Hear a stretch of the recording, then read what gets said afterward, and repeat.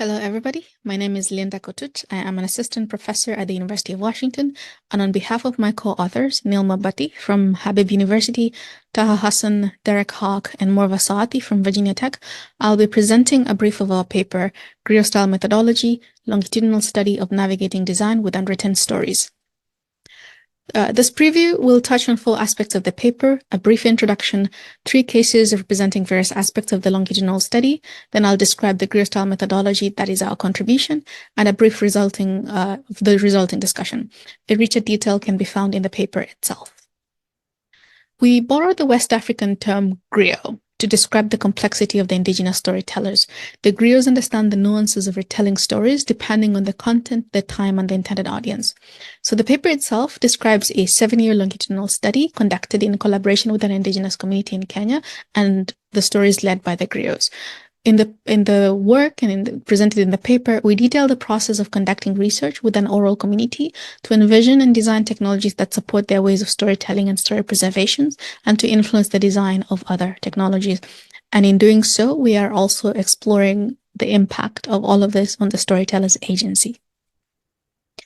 The longitudinal study involved a myriad of research questions, and we present a selection of 3 cases in the paper as a representative of the research questions, the tensions introduced by technology, and the collaboration relationships we established and maintained with the communities. The titles of the case studies reflect the tensions with a theme of conflict. So conflicting narratives, generational conflict, and ownership conflict. The figure on the right of the screen showcases these 3 case studies and the times relatively when we conducted these particular cases in the larger longitudinal study. The first case study on conflicting narratives, we considered the importance of orality and orality preservation. This case study allows us to understand the current status quo. For example, how the museum collaborates with communities to enable their oral-based storytelling to be reflected in the exhibits. And so we wanted to collaborate with both the museums to design technologies to be used there, but also with community members to also have their stories reflected within the museums. So because of this, the investigation builds on tangible cultural heritage as a domain and builds on other HCI-type work that have investigated the museum-community relationship across different contexts. This particular case emerged when, in the course of working with indigenous community partners, we found that there was no existing relationship with the museum that held their cultural artifacts. And so there's the ethical tension of working with the museum to amplify stories without the community input or liaison. And so the guiding question in this work is, who should tell the stories in this particular work? And so the tensions, in exploring the tensions, we needed to understand community wishes on their representation in museum, comparing it with how they are actually presented. And then we were introduced to the notion of cultural wicked problems and how to amplify completing versions of stories and to navigate the lack of consensus on the authoritative stories and the storytellers from the indigenous community aspect of it. In the course of collaboration and by attending community events and interviewing members, we observed internal differences in their use of technology for engaging with indigenous culture and preserving their cultural artifacts. The differences emerged generationally. The younger community members used social media, while the much older community members did not maintain any online spaces. So the second case study on generational conflict considered the guiding question, where should the story be told?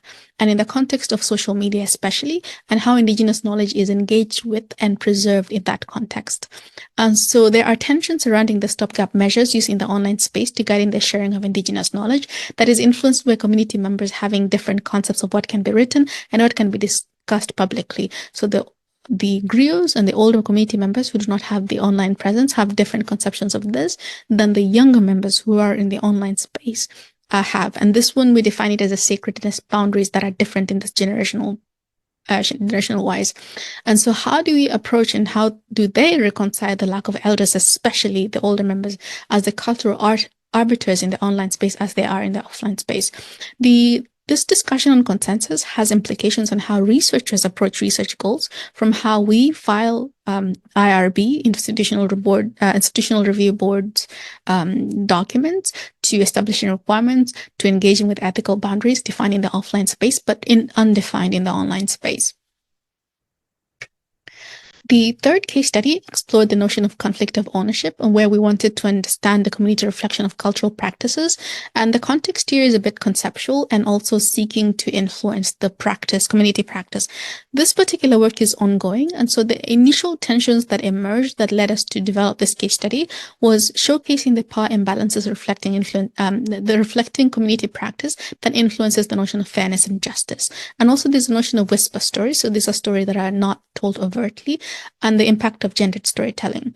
So it is important to note here that the sustained relationship with the community and trust that we fostered through the years of collaboration that is presented in this longitudinal study has made it possible to discuss aspects of culture and traditions that may surface harm done to community members or present the community in a negative light. So topics on harm that touch on issues of morality, practices that infringe of personal autonomy, and things like patriarchy involving indigenous justice and account for gender, and that how this is represented in the gendered storytellings. We also sought to understand the rationale for repair. So how do those who suffered injustice or injury, how are they remediated and restored, and to give shape into the concept of indigenous justice system, and how we can then take all of this and reflect it in design. Again, this work is ongoing, and hopefully that this would spark interesting discussions that would guide how this work would evolve in the future. Through the years, we have refined our research approach and that are represented in the case studies, and we contribute a Griot-Style methodology. This methodology has been informed both by the established HCI approaches and also indigenous-inspired approaches. So in the paper, we described the whole methodology systematically, from establishing initial communications with the indigenous community to how you sustain the relationship and research collaboration after, for example, the initial study has been done. So the case studies that we had presented before reflect the evolving collaboration with the indigenous community and showcase how this experience has changed spanning the 7 years, and how it is hopefully predictor of what can happen in the future. And so the 5 stages that we presented in this figure on the left, it presents the research phases that we do. In summary of the phases is groundwork. This encompasses background work, ethical guidelines, and local permissions. There's role delineation that comprise positionality that we have as researchers and how we approach working with community liaisons. There's an interview stage that touch on the local ceremonies and communal nature of interviews involving elders and griots. The organization phase describe how we accounted for the nuances in storytelling in the archiving and analysis stage. And then there's translation that deals with how we convey the stories to an external audience while preserving the original intent of the storytellers. So we'll present a brief about all the 5 stages. So the first one on groundwork touched on how we worked with the griots. We also touched on the appropriateness of us as researchers on why we should be the ones to do the work that we sought to do, and how we can be accountable for the work that we do, and then also how we as researchers approach the community policies and politics. So the research appropriateness and researchers' standing in qualitative research is typically discussed in positionality statements.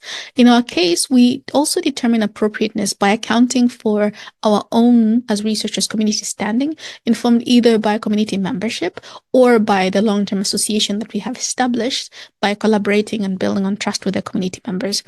The communities themselves may also have mechanisms to review applications, and for example, for indigenous-related research, but there may also be hidden conflicts on how community members relate to each other and to a specific topic, especially as it regards to community organization and external politics. So the groundwork phase allows us to kind of navigate all of this conundrum to be able to establish a good research that accounts for all of these nuances.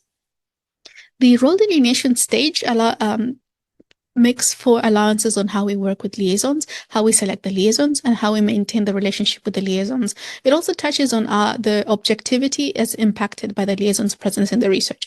The liaisons are community members who are able to convey the researcher's requests to known elders and griots.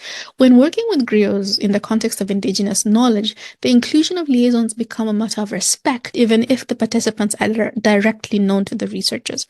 So the role of the liaison is to make requests on behalf of the researchers, to showcase an understanding of knowledge hierarchy, to lend their own accountability to the purpose of research, and to advise the researchers on the proper form of participant remuneration. The interview stage allows us to establish parameters both of recruiting and also the protocols of conducting the interviews. We also wanted to account for the anticipated participation and also how to establish respectful boundaries on how and which stories we recorded, how and which stories we transcribed, and how and which stories we translated. And so the notion of community participation accounts for the nuances. We consider this stage, especially because typically interested community members would hear of the interviews and that we have arranged to work with the griots, and then they would just show up to listen. The audience members will also not just be passive. They will interject and ask follow-up questions and add to the discussion. So this not only made for longer than anticipated interview time, but it also made it a necessity to consider the ethical implications of people who had not been briefed of the informed consent to have their questions and words considered in the interview. Early in our research process, we developed a rudimentary framework to guide how we obtain permission and ensured community understanding of the process of providing informed consent. This has now evolved, and we now use a decision tree to establish those boundaries. The detail of the decision trees and the question that we asked to establish these boundaries are presented in the paper. We also have organization phase that touches on the notion of archiving and analysis. We also touch on wicked and hidden stories, and then the notion of also lost stories and interrupted stories. And so the boundaries that we used and established in the interview phases can also be used in this particular stage to transcribe and translate the audio recordings. The indigenous knowledge is also rich in metaphors, and at times we needed to correspond with liaisons to review the translations, so that connects the interview phase with the organization phase. Second, there's also conflicting variants of the indigenous knowledge. The origin of the differing stories is often unknown to the community members. That is the description of cultural wicked problems in indigenous research.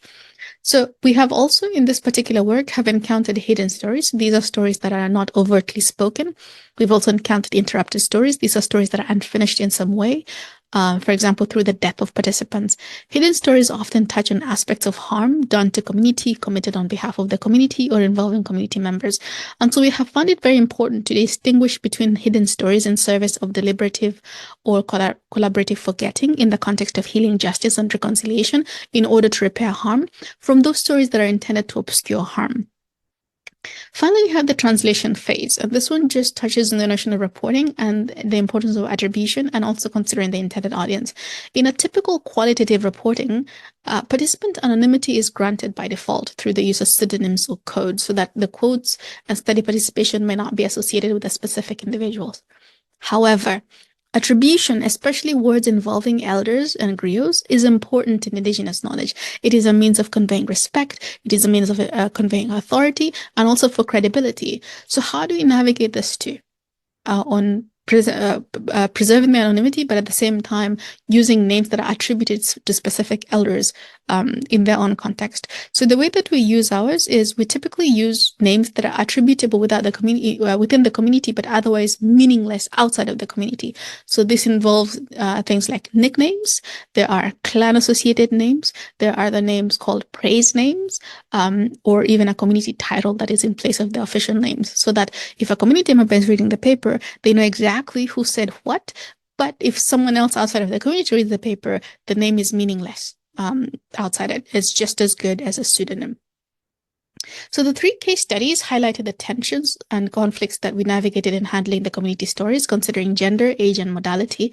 We then defined the 5 component parts informing the Griot-Style methodology.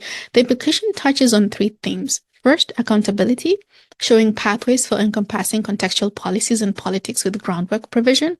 Then there's respect, that allows us to explore nuances of working with oral-based communities with role delineation and interview stages as processes. Then there's amplification, where we consider the boundaries guiding the storage, interpretation, and retelling of stories using the organization and translational processes provided in the methodology.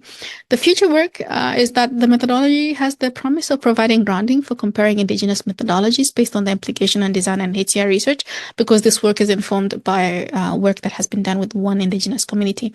And it also opened doors for incorporating more indigenous knowledge closely in HCI research to embody indigenous-inspired sustainable values in design, for example. And so we're really looking forward to the discussion that will emanate from this. And with that, on behalf of my co-authors, I would like to thank you for your attention.